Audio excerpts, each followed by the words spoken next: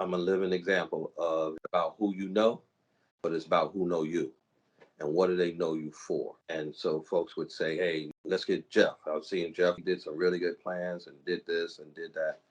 And so that's what you want to do at the end of the day. Take the job nobody wants and turn it into a job that everybody wants. Welcome to CT Strategies Unpacked, a podcast that explores insider perspectives of global trade, customs, and border management. In this leadership series, we talk to current and former trade professionals to get a layer deeper than regulation and enforcement. In today's episode, we're talking to Jeff Baldwin, president of Baldwin Liaison Consulting and former CBP operations executive. With over 39 years of federal service with CBP and its predecessor agency, Jeff has directed law enforcement operations and the development of critical infrastructure at leading ports.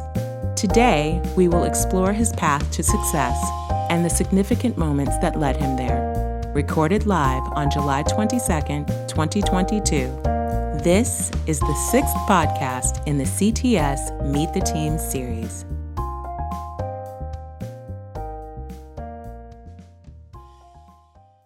Good morning, everyone. This is our latest installment of CTS Unpacked, where we meet our team. Today, we got a special guest, an old friend of mine, Jeff Baldwin. Jeff and I have known each other for several years, and as we've had the opportunity to do on some of our podcasts, we try to take the opportunity to showcase one of the team members, talk about their career path, maybe kind of peel some layers of the onion back on some of the lessons learned in leadership and in life. And then obviously talk about some of the projects that we're working on here. So without further ado, Jeff, I know I've known you for a long time, and maybe I'll get a chance to share that later in the call. But tell us a little bit about yourself and your career with CBP. Sure. Good morning to you, and thank you for the opportunity to be here, Mr. McCoy.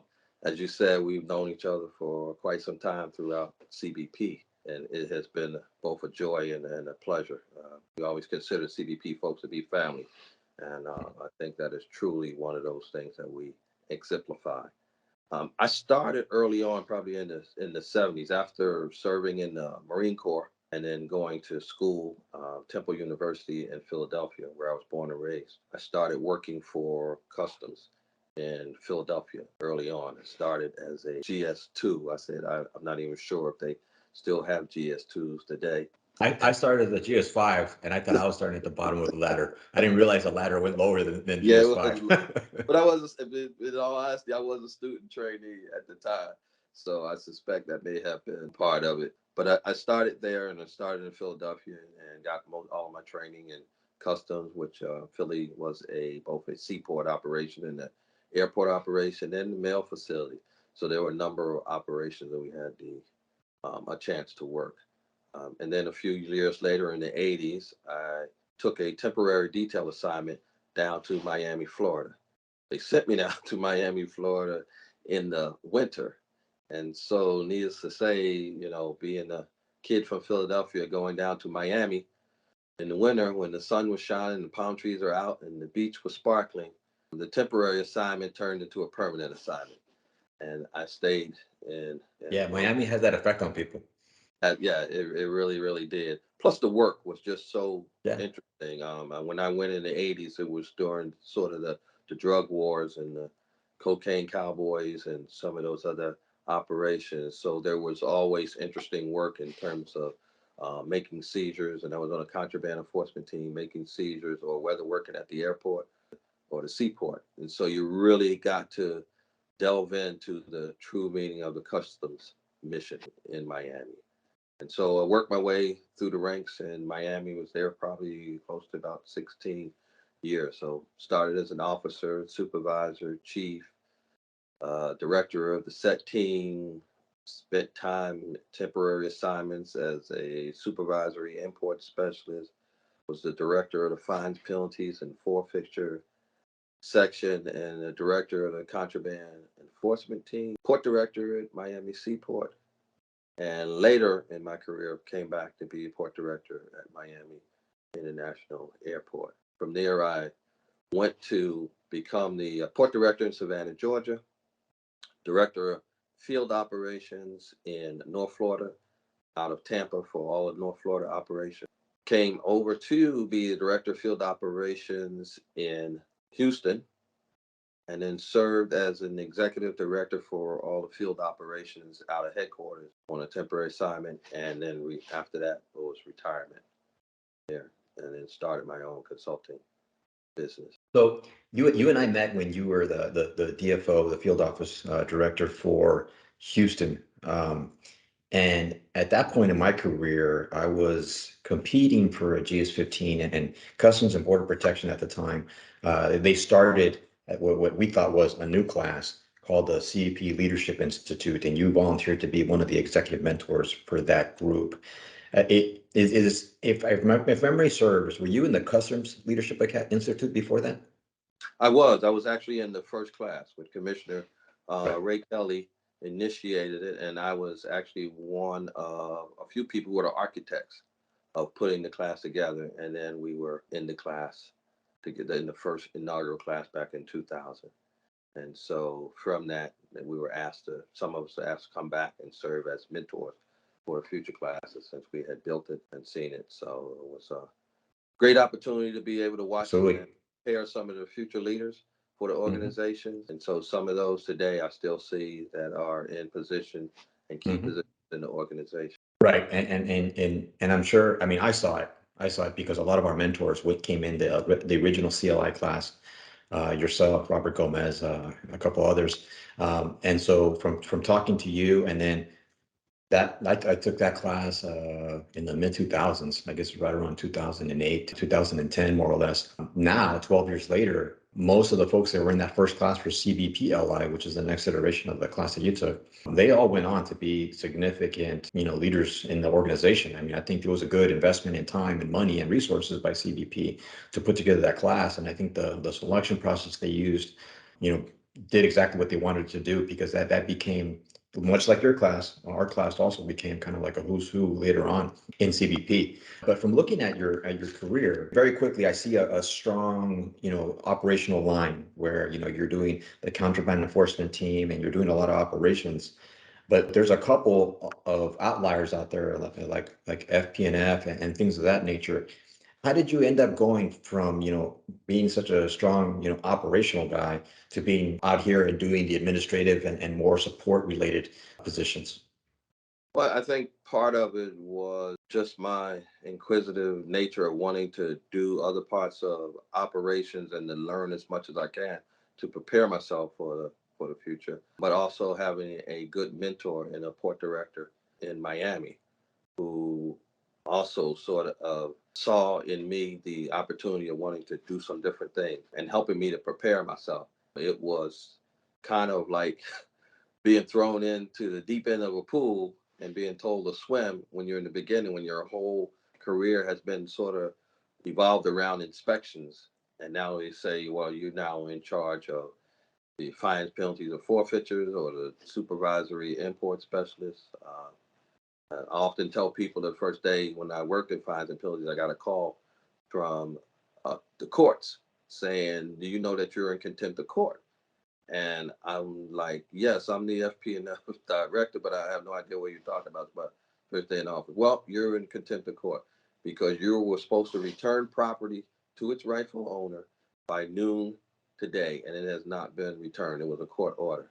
And I said, well, I will get on it right away. And so that was sort of that whole being thrown in the deep end. And when I went back to the office, I found out that, yeah, one of the specialists had it, and it was just in the pile of Hmm. work that they were doing. And so, needless to say, one of the first orders of business for me was to prioritize what we had in our office and to ensure that any of those items were being taken care of.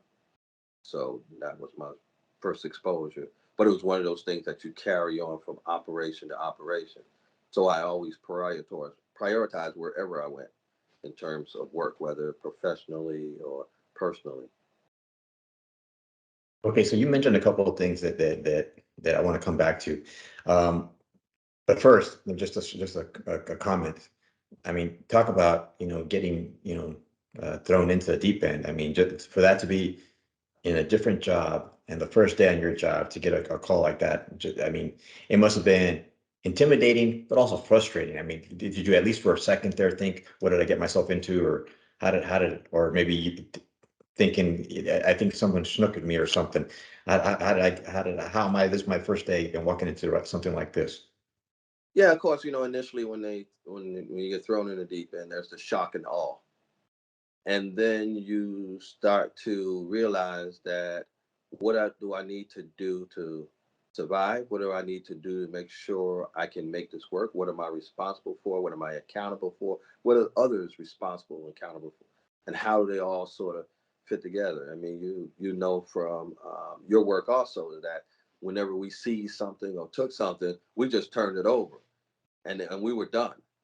Well, then there's a whole another line of processing that gets taken care of, from the custody standpoint to the destruction standpoint to and the whole in between. How do you secure it in between? And so you become responsible for those. And I think it was one of those things, because it was early on, that I really had to look operational, and one of those things that sort of stick with you to whatever operation you went to. What am I responsible for? What am I accountable for? What are others responsible for? What are others accountable for? And how do they all fit that together? And I still use that same sort of methodology when I'm doing consulting work for the businesses or governments or something. How do you get that all sort of to come together? Yeah, that's very interesting. So you mentioned a couple other things too that I want to spend some time on. One of which was you said, and the term you used was, I was trying to prepare myself.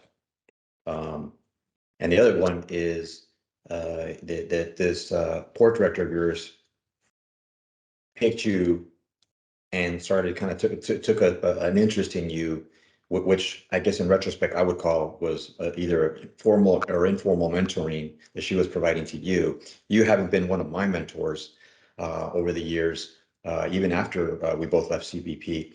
Um, is it safe to say that the mentoring is something that is important to you because you were exposed to it earlier in your career? Absolutely, it's right up there in the top three of my list. I understood how important it was that I got mentored, and it was one of the reasons why I always wanted to make sure that I gave back and mentor. It's no sense blazing a trail if you don't bring others along the trail Hmm. with you. And so, anytime I had opportunity to do that.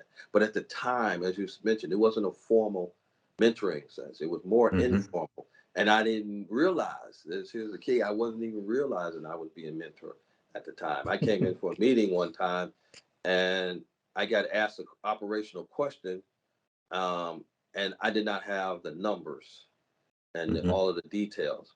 I had all of the facts, but I didn't have all of the details, and those are different. And so I was told to come back the next morning at 7 o'clock and have the information.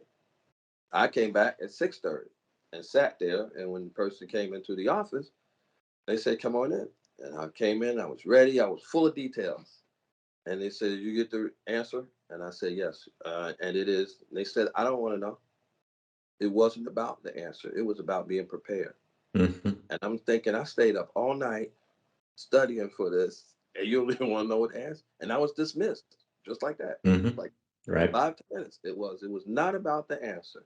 It was about you preparing yourself for questions that are going to come up. And from then on, instead of just preparing for what I want to say, I prepare myself for what are they going to ask me.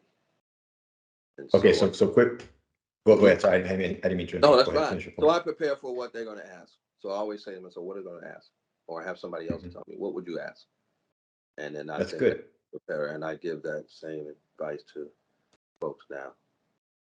Yeah, I vaguely recall Rudy Giuliani having a phrase called like relentless preparation or something to that effect, where he described a similar way of being ready for meetings and for engagements and just for things in general.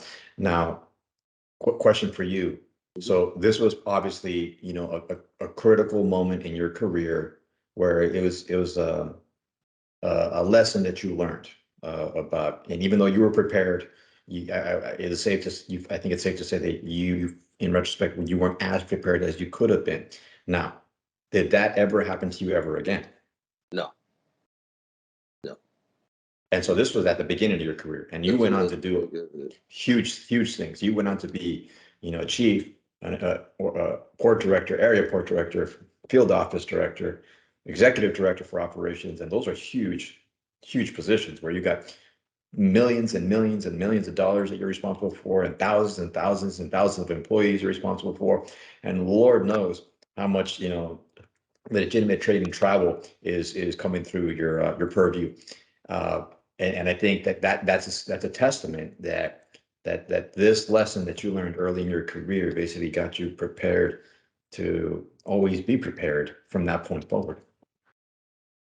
so. Well, one of the other things. So when the agency was looking to change personal search standards, so Mm-hmm. I volunteered to be on the task force to help change the personal search standards. And so a lot Mm-hmm. of what they do now in the area of personal searches, I was on the architect team to do. The same thing with the disciplinary review board. When they wanted to start a disciplinary review board, I asked to be a part of the architect team to help to establish the DRB. And that is still in. And I say that to say that the constant learning that you have to Mm-hmm. do to be able to understand it. There were more things that I would see occur in the disciplinary review board when we did cases that I knew I had to go back and make sure that everything was in order in my house. What could I do to ensure Mm-hmm. that the slip ups that other people had did not occur in my operation? So those are kind of things, and the same thing with personal search standards. So that's a good segue to my next question. So you've mentioned this a couple of times now, and I want to tie these two together. So you talk about your inquisitive nature, and that whether this mentor of yours wanted to challenge you and get you out of your comfort zone, which these are all terms we learned later in our careers, and making you do something that was outside the path that you were on to kind of round you out, or whether it was because you innately were gravitated to the fact that you didn't know something, or that there was a piece of knowledge that you wanted to obtain. You referenced it at the beginning of the call that you were preparing yourself. Now, having had the opportunity to interview several leaders that are on the CTS team, and obviously many leaders throughout the course of my career, it's always been really surprising to me that when I talk to them and I ask them about, what was your plan, or how did you plan, or was this part of your plan?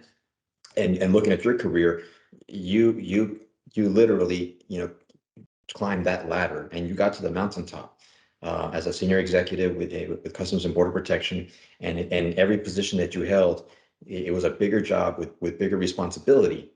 Now, how much of that path was happenstance, or part of your strategy that you were cultivating? I would say maybe 80-20. I mean, I was really been blessed in having the opportunity of having positions available. Um, but I did not necessarily jump at every position that was available. I sort of gave myself a 5 year window. My goal was to work in DC in a senior executive level position. And then early on in my career, I had made sure I give myself a plan. It was like a 5 year plan. So when I was a supervisor, give myself 5 years to be a chief. When I was a chief, for 5 years to be an assistant port director or port director. As a port director, 5 years to be a DFO or at least into the SES ranks. And then another 5 years to get to headquarters, and then sort of work my way through the ranks there. So it was methodical, but at the same time, it was a blessing because the opportunities came my way to be able to do that. And so, but it didn't from doing other jobs. Like I would volunteer, was on trade Mhm. teams and task force Right. and this task force to be able to contribute to the organization as a whole. That was important, and to continue to mentor people. Absolutely. And I was a beneficiary of that in a couple of instances.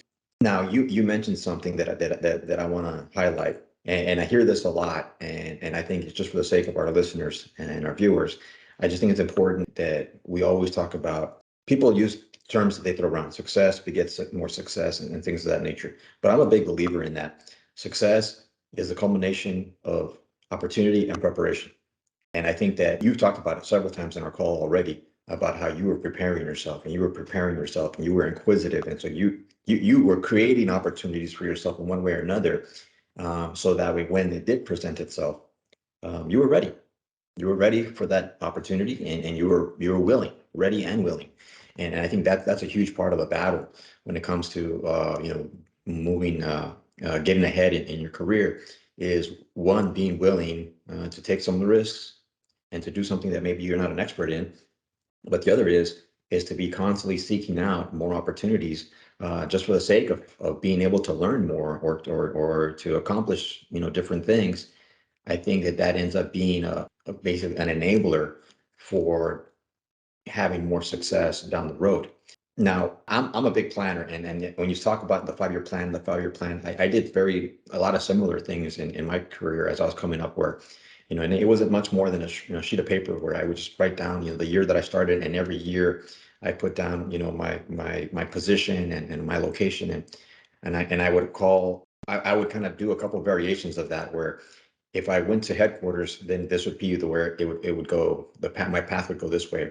If I transferred to the East Coast, my path would go this way. If I transferred, to the northern border, my path would go this way. So I always had, like, a generalized path of how I wanted to continue to advance in my career, but always knowing that there was going to be variations. There was going to be alternatives, that they were going to be presented. And so I just wanted to make sure that I was still moving forward, even though I wasn't necessarily on the path that I kind of sketch out for myself. So what I used to always tell my team members is, in every aspect of the operation, is if you're failing to plan, you're planning to fail. And I feel like, whether or not you've said it, do you feel like that having a plan is just important? Yes, and I know that's kind of one of the ones that, so the analogy that most people subscribe to is that if you plan to fail, you fail. If you fail to plan, you plan to fail. Well, my analogy has always been that if you don't plan, then you're going to be the victim of somebody else's plan. And so it's not a failure on your part. You're going to get victimized by someone who's planning. And so I've always sort of subscribed that I will always make sure I have a plan so that I'm not the victim of somebody else's plan. It's not that I'm not planning because I'm going to fail. I don't want to plan to be somebody else's plan. I want to make sure that my plan is in place. And so always try to make sure that things that I do today, that I am preparing for tomorrow. And so even when I said I looked at those positions, the positions were never about money for me. Mm-hmm. They were about opportunity and accountability. Where you would hear some people say, well, I want to be a GS 13 then, and then I want to be a 14, and then I want to be a 15. But what responsibilities do you have? You're not talking about any area or work. And what they do is find themselves in pit holes and pitfalls, and just in positions that they really didn't prepare themselves for because they chased the money and not the position. I would tell supervisors often that, you got to understand that when you become a supervisor, you're no longer responsible for yourself, but now you're responsible for a cadre of employees. And in this environment, your employees have guns, badges, access to government vehicles, access to government computers, government credit cards. So you're responsible. Uh, you may not be accountable, but you're responsible for those. So if this is really not something that you want to do, don't do it just for the money. Mm-hmm. That work for it. And I've had one or two supervisors in my career after we had our talk say, when you think about that, I really don't want to be responsible for other folks. I wanted to do it. I was hoping to get a bump in pay. And they said, please withdraw my name. And I said, I have more respect for you Mm-hmm. uh, doing it that way than we have Yep. to address it sometime during your probation. And Mm-hmm. so I got pretty meticulous about preparing things. Even when we did our performance reviews at the beginning of the year, I would tell my supervisor what my goal was at the end of the year. My goal is to make an excellent or outstanding. And if I'm not on track, please let me know. And then I would do my part of making sure that I did what I needed to do. And then when the midterms came around, I would ask, how am I doing? You know what my goal is. And I wouldn't sit there and wait for them to tell Hmm. me just, you're doing good, you're doing great. Keep up the good work and and then wait, and at the end of the year get sucker punch with average. And so, some folks may say that's a little, too much, but I say you have to plan, or you'll be the victim of someone else's plan. I say that now, both personally and professionally, and to Hmm. folks that I work with from a strategic consulting perspective. How do we plan so that we don't become the victim of someone else's plan?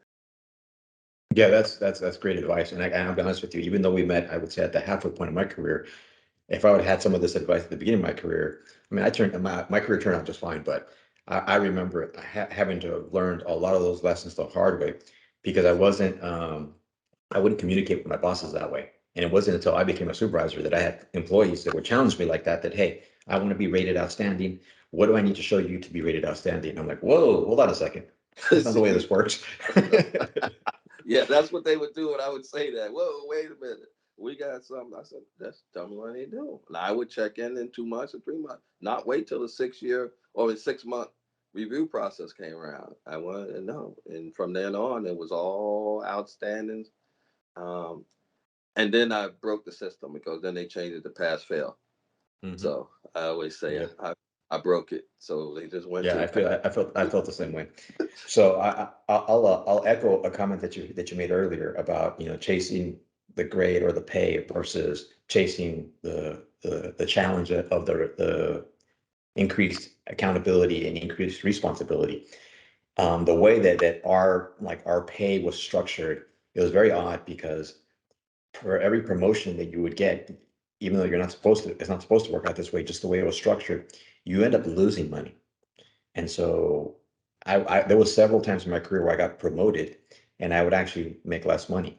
And I remember at one point I was a GS 14 and I had, 400 or so employees. And my counterparts from all the other federal agencies at that level, they were all SESs, and there was people that had 30 employees that were SESs. And they were, for them, it was mind boggling. How do you do this as a 14? I tell them, I was like, that's just the structure of our organization. That's since changed for the most part. But for me, I always felt like, you know what, if I didn't want to do this for the money. I want to do it because the challenge was intriguing to me, and I wanted to get better at just my job. And so having to do some of these assignments, I knew would make me better in the long run. And so I never really thought about it, and I'm glad I didn't because I think it would have driven myself crazy. But I do recall several instances where I would have conversations with folks, and they would one of two things. They would challenge me that, hey, I get paid more than you do, and I don't have any of the responsibility that you have. And I'd say, well, I mean, that's your choice. That's not my choice, but that's your choice. So I'm glad to hear that's something that kind of drove you that innate, one desire to challenge yourself, to take on great responsibilities was one of the drivers. So again, you conquered the mountain. You went out on top as a acting XD for operations, and you were a DFO and an SES for many years with CBP. What advice do you have for someone that's at the front end of their career and when they're looking up at that mountain that you conquered? The one, take um take an inventory of what it Hmm. is. I mean, after you've learned your job, and then look around at some of the other jobs, and then take an inventory of what is it that you want to do. And so, if you were 30 years in the future, 35 years in the future, and you were going to retire, what is it that you want to have accomplished? What do you want to be? What role, what position do you want to play in an organization? And then from there, you have to map out what gets you there and give yourself some realistic goals about getting there. Don't worry about what happens to other people and somebody's in the race and they got there faster, and just worry, pace yourself, and Hmm. figure out what's going to get you there.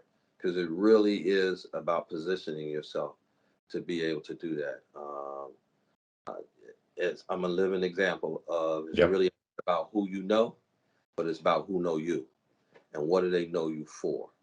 Uh, exactly.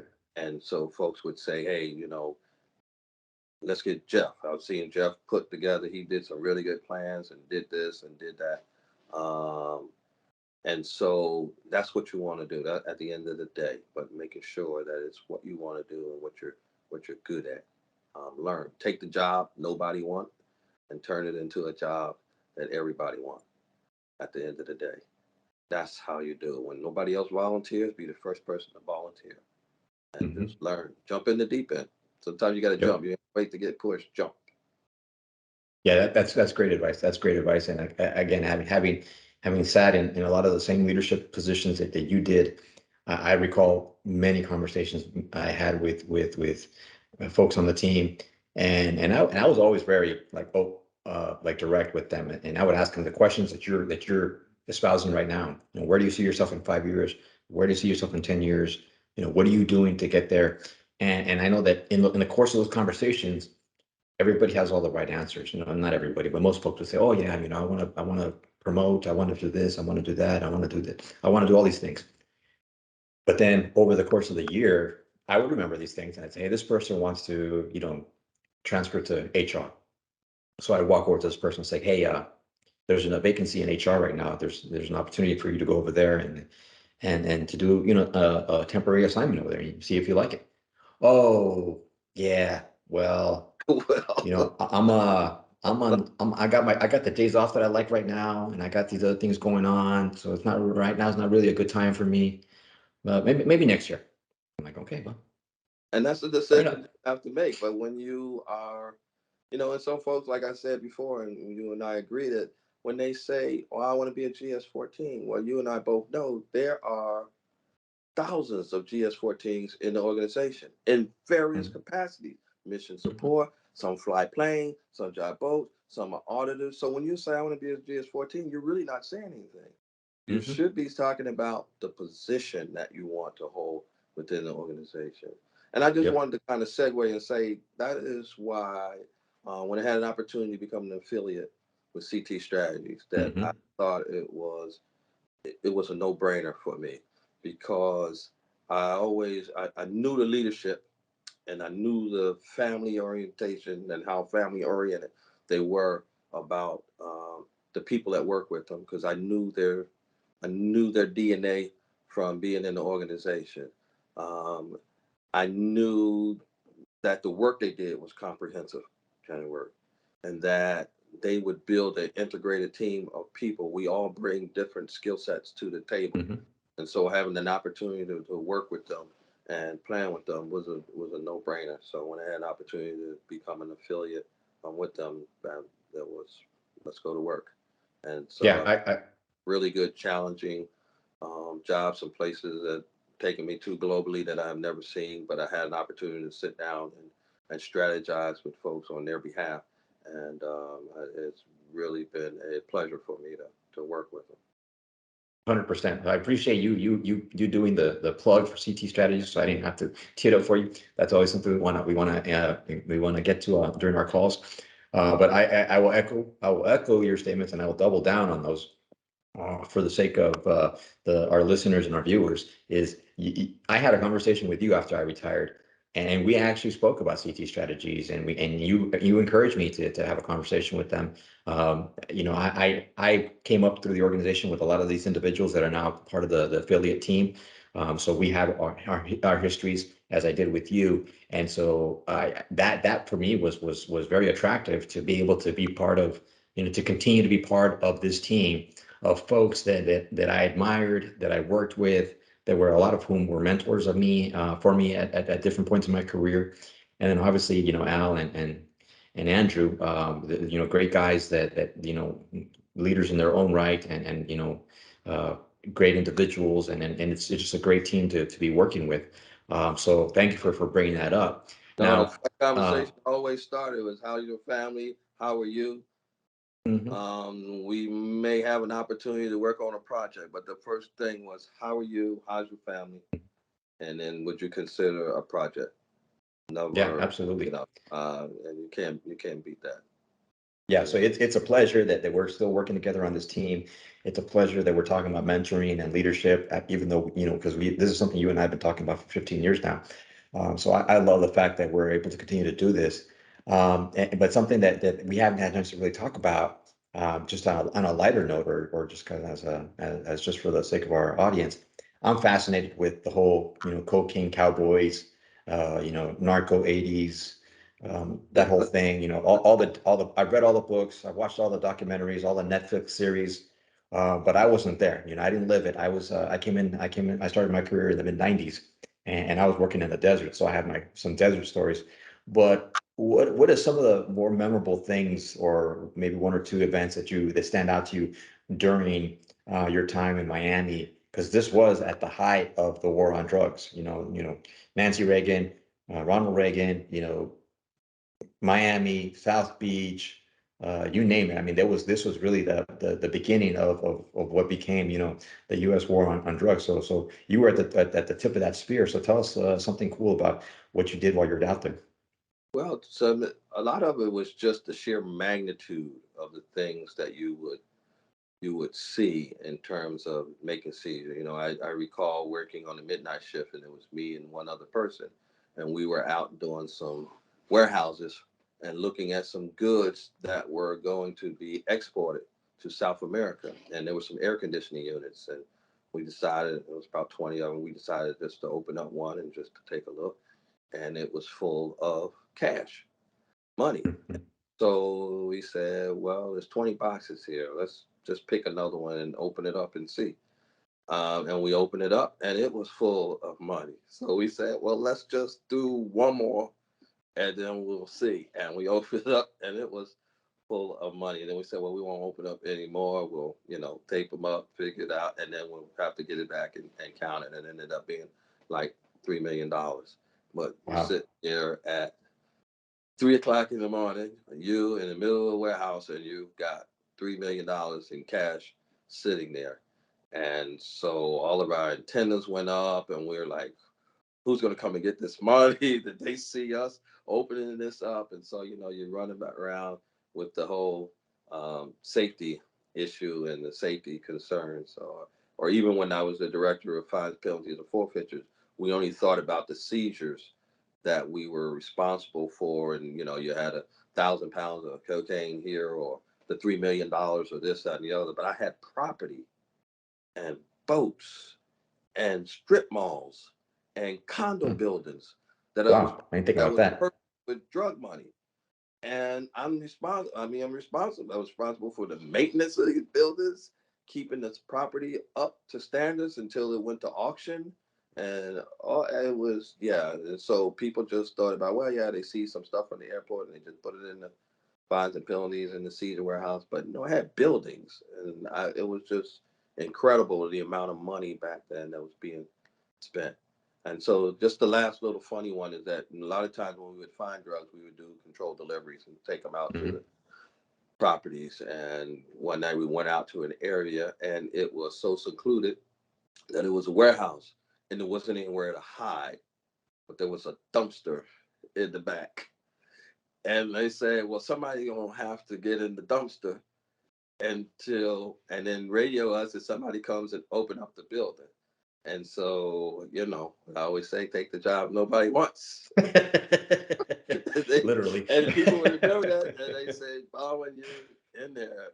And so, 2 or 3 hours passed, and I'm like, man, folks, I'm a little hungry. So they would go buy something and throw it in the dumpster with me for me to eat. I'd get some McDonald's or Burger King until we were able to finally effect an arrest for those. But they always tease me about spending the night in the dumpster.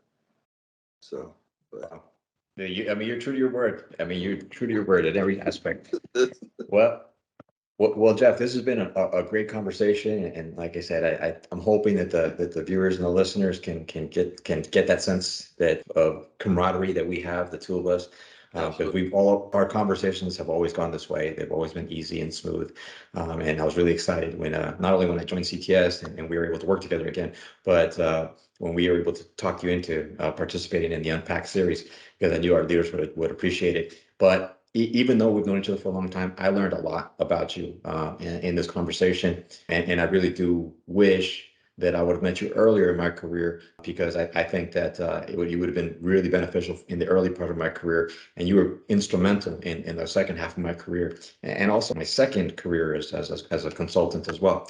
So thank you for taking the time, not only today, but for all the hours I've stolen from you over the years. And then thank you also for all the hours that you contributed of your time over the past 30, 40 years. I really appreciate it. So I wish you the best of luck in your future projects, and I hope everyone else can enjoy this, and let's stay in touch like we always have. And it's been my pleasure. And I want to thank Mr. Farley and Mr. Allen for just having the opportunity. As I told them, I'm a CT strategy lifer. I'm here for life. So whatever they need It's from me, great. I will do it. So appreciate you. Best day ever. Awesome. Well, thanks again. I really appreciate it. Good. Thank you. Thank you for listening to this segment of CTS Unpacked. For more information about CT Strategies and our team members, visit our website at ctstrategies.com. Connect with us on LinkedIn to share your thoughts or any ideas you'd like to see in future segments. Stay in the loop by joining our newsletter, where we share the latest CTS updates. Until next time, this is CTS Unpacked.